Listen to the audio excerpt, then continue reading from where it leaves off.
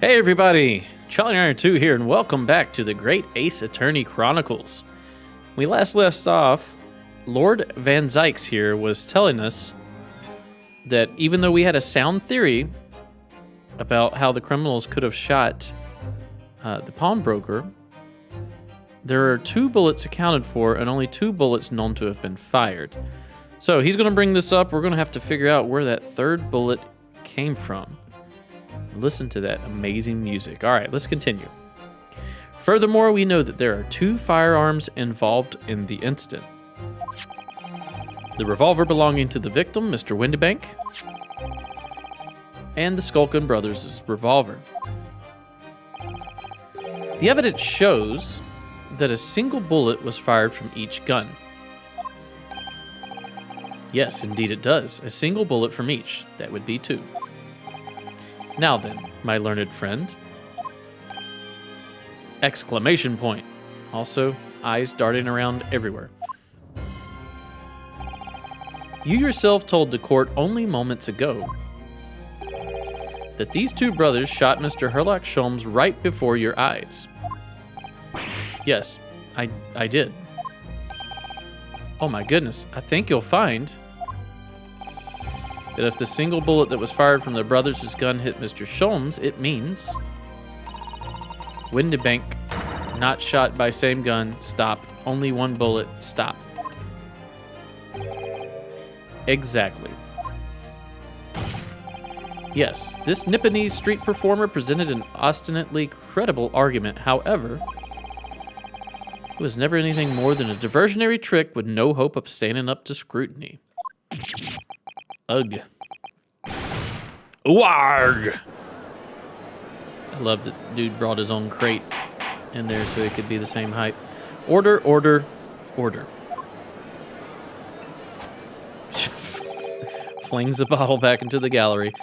Pray forgive the discourtesy of flinging the dregs of this hallowed nectar into the public gallery. Lord Van Zykes. But this court needs to open its eyes. The accused, Miss Gina Lestrade, is no ordinary little girl. Despite her young years, she can, regrettably, no longer be described as a juvenile. No, the person in the dock is far from a law-abiding citizen. She has a past riddled with criminal conduct. And now we're going to drag her through the muck. The truth is, the accused broke into the pawnbrokery on the night in question with loathsome intent. As we can see beyond doubt in this print, which depicts her threatening the victim with the murder weapon. And I have here in my possession one more piece of evidence the prosecution wishes to present. Now we know that that bloodstain is from Egbert Benedict, which is not his real name, Unicorn Man. That disc. I'll be taking that whatever it is of McGilded's down to the yard, thank you very much. No, don't give it to him. It's mine, that is, mine. So that blood smear is going to become very evident. I'm sorry, miss. But anything belonging to McGilded has been taken in as evidence now. Yes, that music box disc. McGilded's music box disc. Box disc is a hard combination of words to say easily. The very day before the hateful murder of Mr. Windibank, the accused attempted to make off with this article, which clearly doesn't belong to her. And with none of the subtlety of a pickpocket, I might add, but by brute force and brazen impudence. Good gracious. Make no mistake, any sympathy for the accused on account of her years is misguided and dangerous. There are no depths to which this girl would not stoop if pushed, no crime she would not commit. The court forgets that fact at its peril. I see. I think it would be prudent to take this music box disc into evidence counsel. Let's do it. It's a grim testament to the defendant's character. Lord Van Zykes, was it Gregson who said hold it? Inspector Gregson, what? Yes, Inspector? We had a meeting yesterday at the yard with the prosecution service, and I think it was agreed that this disc wouldn't be used as evidence. I bet Egbert Benedict pulls some weight with the yard, huh? What's this all about? Why is this inspector acting strangely? That's the first time he said anything to Van Zykes at all. I am unaware of any such meeting. But those were the instructions, right from the top. The government bigwigs were insistent. Inspector, I am the prosecutor, and I alone determine how to present my case. Your warning is noted. Thank you. So, I still believe Van Zykes is here on an ulterior motive to get to the bottom of maybe the corruption with Scotland Yard here, with the pretense of actually trying this case. There have been times in cases past where he's kind of shown us some gratitude and also kind of shown us, not gratitude, kind of given us like the approving nod of like, hey, you're on the right track kind of thing. And there's been times where he's even went against his own case in order to find the truth, which to him is more important. At least he's shown that it's more important than his court record. Let's continue on. I digress. The prosecution wishes to proceed with submitting this disc as evidence, my lord. Indeed, bailiff. Music box disc has been entered into the court record. All right, let's look at it immediately. The prosecution has established the accused motive, opportunity, and baseness of character. Court record. Let's look at this disc. We should be almost full up again on evidence. Oh, no, there's a whole bunch here now. All right, a metal disc used to play music on a mechanical music box. On the reverse side is a note that reads for McGilded. Let's examine it. Okay, let's look at the blood. Oh, Runo, look. This is blood. Yes, you're right. Just a small smear, but definitely blood. Actually, I feel as though I might have noticed that before. Yeah, we did. Aha, then it's my time to shine again. I thought I'd be waiting forever. All right, hold still with that disc, Runo. Can we get this done quickly, Iris? In a flash. What color? Green. Green blood. So we know that blood in the calendar is the same as Egbert Benedict, which means that the gun that Gina has was most likely the one used to shoot Mr. Benedict. Mr. Benedict probably had a third gun that he used to shoot Mr. Windibank. That's my current theory. A lovely bright shade again. Wait, that color with a U, 'cause he fancy. What is it? It's just that green. It's not the first time we've seen that color, is it? Blood samples portfolio has been updated in the court record. Yeah, it's the same green as the one, as the stain on the calendar. All right, let's look at the for McGilded. For McGilded. That's the man you defended in court a couple months ago, isn't it, Runo? Yes, or rather, mistakenly defended. I wonder when this name is doing on the back of this disc. That's a question I'd love to know the answer to myself. All right, and anything else to look at here? Doesn't appear so. Man, those dots do look rather sharp, don't they? All right, let's go back. And back, and let's continue. There's nothing more to add. Oh, he's bowing. Ladies and gentlemen of the jury, I await your informed decisions and rest my case. Well, what about my case? Inspector Gregson is not happy about that. I don't believe it. I had the jury on my side for once, for all of 5 minutes. Oh dear. It wasn't even for 5 minutes, Runo. My lord, who's this? Wonder if I might say something at this point. Proceed, Mr. Foreman? Been stumbling about in a bit of a fog up to now, if truth be told, but all of a sudden, the answer's bally obvious to me and my men. There's only one thing for it. Oh no. So we're going to have to sway the jury again. Very well, the court will hear from the jury. Ladies and gentlemen, you will present your leanings as to the defendant's culpability. Guilty. Guilty. Guilty. Guilty. Guilty. Guilty.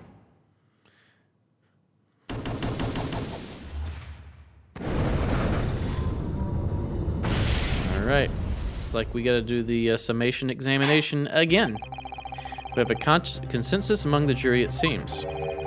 When you have eliminated the impossible, whatever remains must be the truth. That's my line. I wrote that for Hurley. Harg, how dare you use it against us? Don't worry, Iris. I don't think we're finished yet. There's still more to this case than we realize. There must be, because there's one thing that I'm absolutely certain of. Gina didn't shoot Mr. Windibank. That's beyond any doubt. Well, yeah, we know Gina somewhat. Very well. We will proceed with the second summation examination of the day. Hopefully there's not a third. We'll see. Mr. Foreman, are you and the other jurors ready? Garadeb Squadron is primed and ready for action, sir. Very good.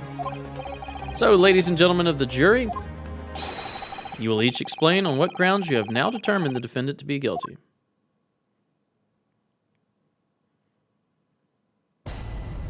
Judicial findings. Fight. The jurors' contentions. Once a rogue, always a rogue, I say. Different breed to us law-abiding citizens. As only 2 bullets were found at the scene, I would say the whole case is done and dusted. I mean, that's not definitive. It doesn't mean that more bullets weren't fired. It only means that 2 were found. You don't need a stereoscope to see the truth here. Every which way you look at it, it was that pickpocket. I never imagined that simple operation would cause me such grief. I imagine whatever operation he's talking about will have some type of bearing on this case. The accused attempted a theft on the previous day. I could see him in for a busy day ahead. He may be the one that operated on Herlock. I am ballistics expert. I've seen many shootings. There is nothing I do not know about guns. All right, so that's going to be a weak point. All right, so now we're going to go and press every single one of those statements. It would seem there's little remaining room for doubt. I have to admit, I was rather bowled over by the argument put forward by the chap in black. But when that fell apart like a house of cards, I saw that I'd jolly well been hoodwinked. Well, no more. Ugh, the whole courtroom is turning against me. It's not fair. Iris? That prosecutor's being mean. Just because Jenny's done some things she shouldn't have done in the past, it doesn't make her a murderer. Uh-oh, hallowed chalice time. He's got to, go to Costco and just buy, a whole bunch of hallowed chalices, right? Allow me to savor this fruity vintage while I savor the spectacle of your fruitless debate on the matter. Here's to the truth coming out eventually. Let's do it. That's enough preamble, counsel. Proceed with the summation examination. There you go. Smack them cheeks. That come out very wrongly. Phrasing bad. Sorry. Yes, my lord.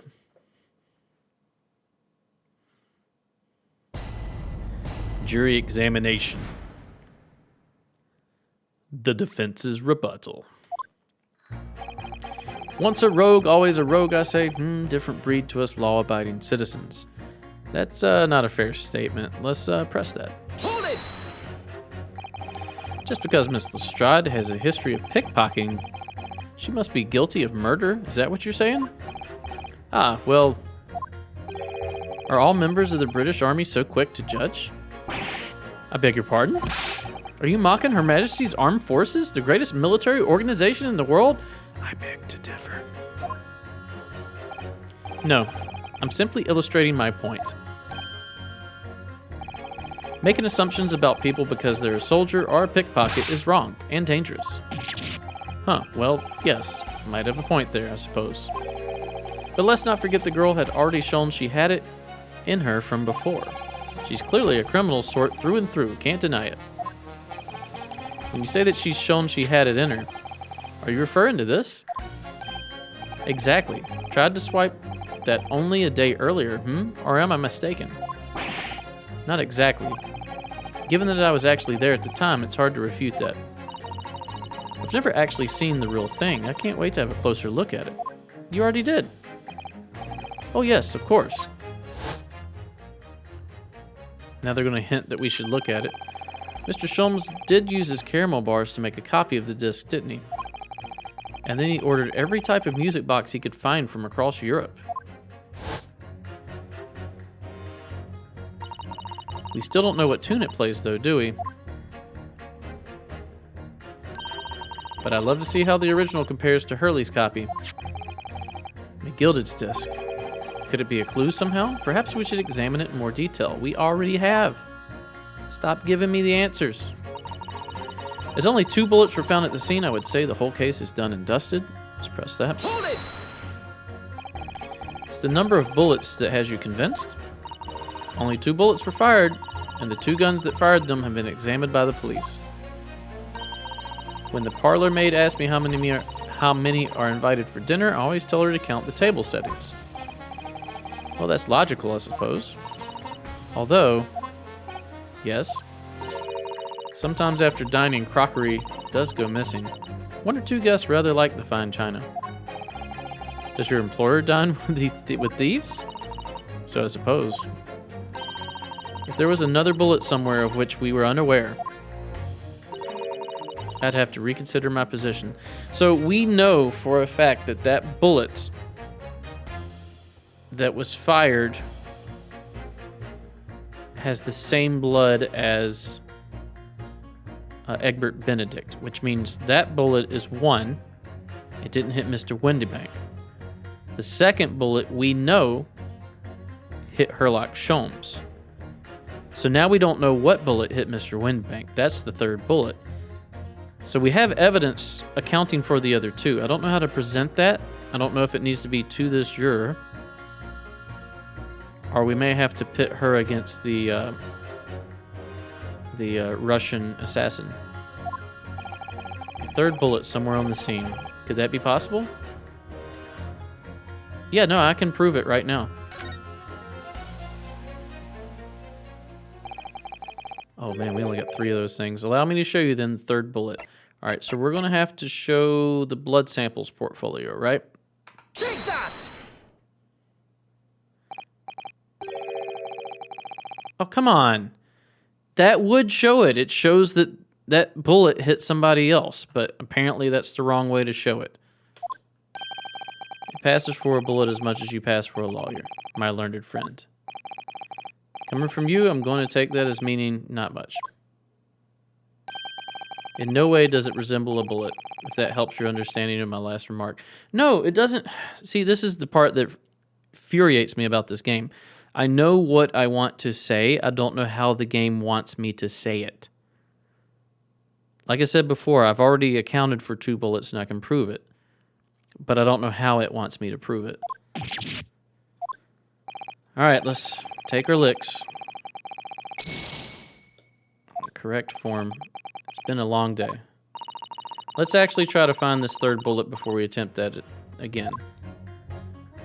So they want me to physically find the 3rd bullet? Hold on, before we go further. Oh, escape goes back. We don't want to do that. We want to go to options. I want to hit save real quick because I have a feeling I'm going to fail again because of just how this game plays. Overwrite, yes.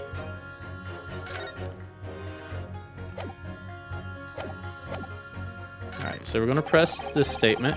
You don't need a stereoscope to see the truth here. Every which way you look at it, it was that pickpocket. Hold it! So if I've understood correctly, you need 2 pictures. A left eye one and a slightly different right eye one. Exactly.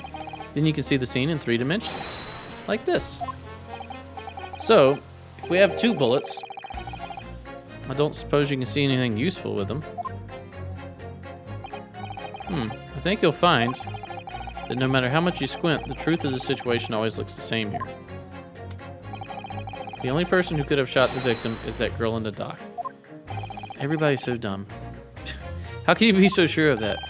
Think about it. Skulkin brothers shot the great detective, didn't they? Yes. Yes, that's been mentioned once or thrice. Well then, surely it's coming into focus now, isn't it? It's a waste of time. I'm not going to change this man's mind anytime soon. Okay, so we know it's not stereoscope, dude. Never imagined that simple operation would cause me such grief. Hold it! Would you please stop muttering about things that have nothing to do with this trial, sir? The defendant's life is on the line here. Well, the thing is, I couldn't really say that it's nothing to do with this trial, to be honest. Huh? I mean, there's no question that the man was shot, but the bullet had simply vanished from his stomach.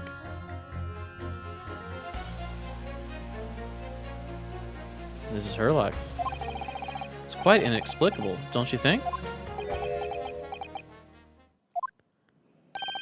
I almost don't want to ask, but this surgery you've been muttering about all this time, you were operating on...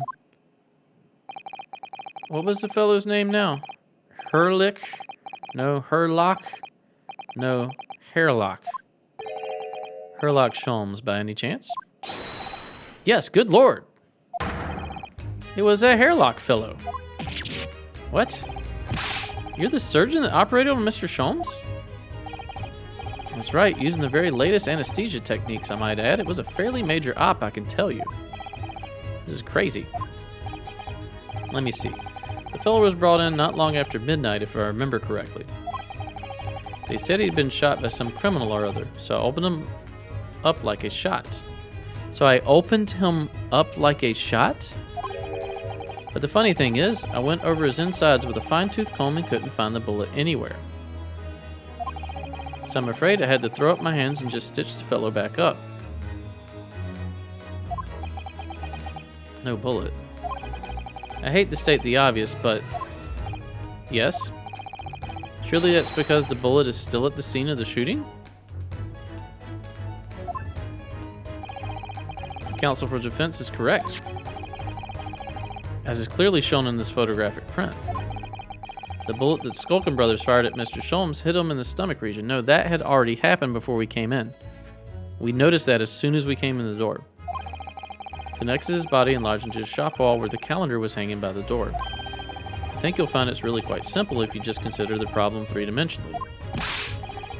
Who do you think I am, son? Well, juror number 4 is about the best I can do. As soon as I saw the wound in the man's stomach, I flipped him over. Like a pancake? No exit wound. Are you saying that you checked his back? Of course I did. And there wasn't a trace of injury. No sign that the bullet had left the body at all. Wait, what? That's the point. The only logical conclusion was that the bullet is still somewhere in the man's innards. Which is exactly why I said about slicing him up. And I'm still none the wiser, even now. How many times do I have to say it? Can somebody please explain how it happened? Can somebody please solve the mystery? It's almost as much of a mystery as how this jury was put together. The mystery of where that bullet ended up is infuriating. Where's an expert when you need one? Okay, so this guy and ballistics guy need to talk to each other. And we will pit those two, but I want to go ahead and press these two first. The accused attempted a theft on the previous day. I can see I'm in for a busy day ahead. Hold it! What do you mean, you're in for a busy day? Forgot to say stop. Do excuse me, stop. I'm a communications officer. Stop.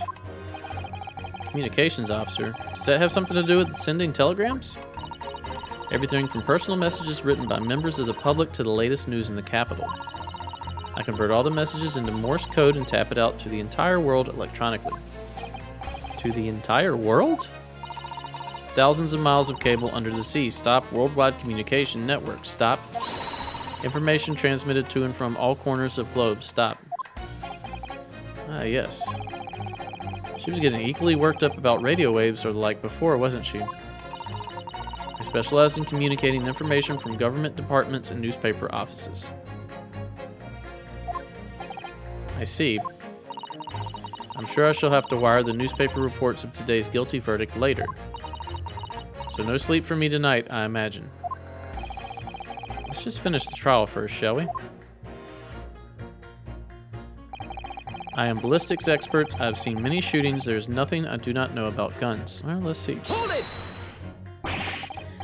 I thought you were just a tourist.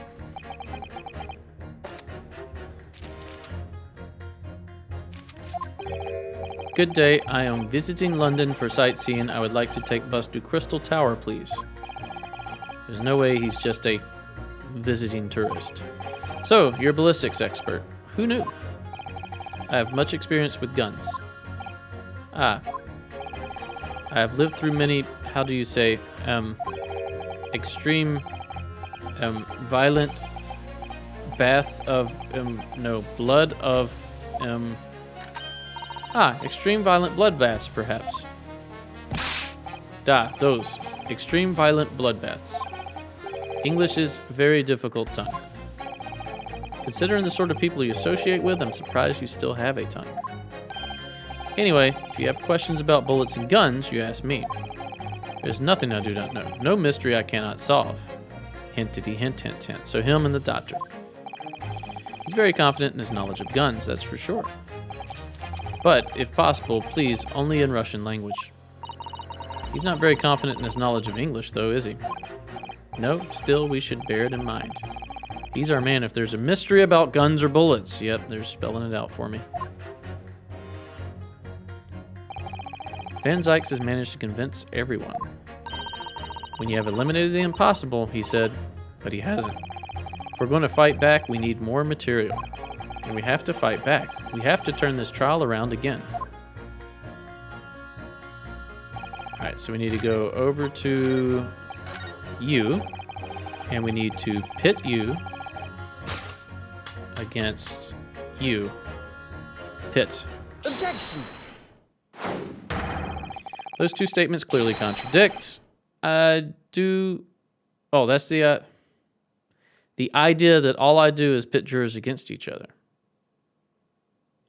Oh, hold on. That whole line just screwed me up. Those two statements clearly contradict the idea that all I do is pit jurors against each other, because these are going to help each other. Oh, a ballistics expert. Pitting. On the night in question, Mr. Sholmes was shot by one of the Skulkin brothers. But since there was no sign of an exit wound on his back, we must assume the bullet didn't pass through him. However, no bullet was found lodged in Mr. Sholmes' body either. Furthermore, a bullet was found lodged in the wall of the shop where Mr. Sholmes was shot. Juror number 6. Hello, my name is Villain. Pleased to meet you. This apparent contradiction in the facts is so clearly troubling juror number 4. Are you able to explain the mystery?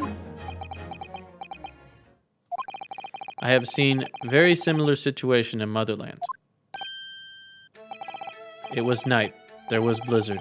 I was running away along mountain road in freezing cold. Golly.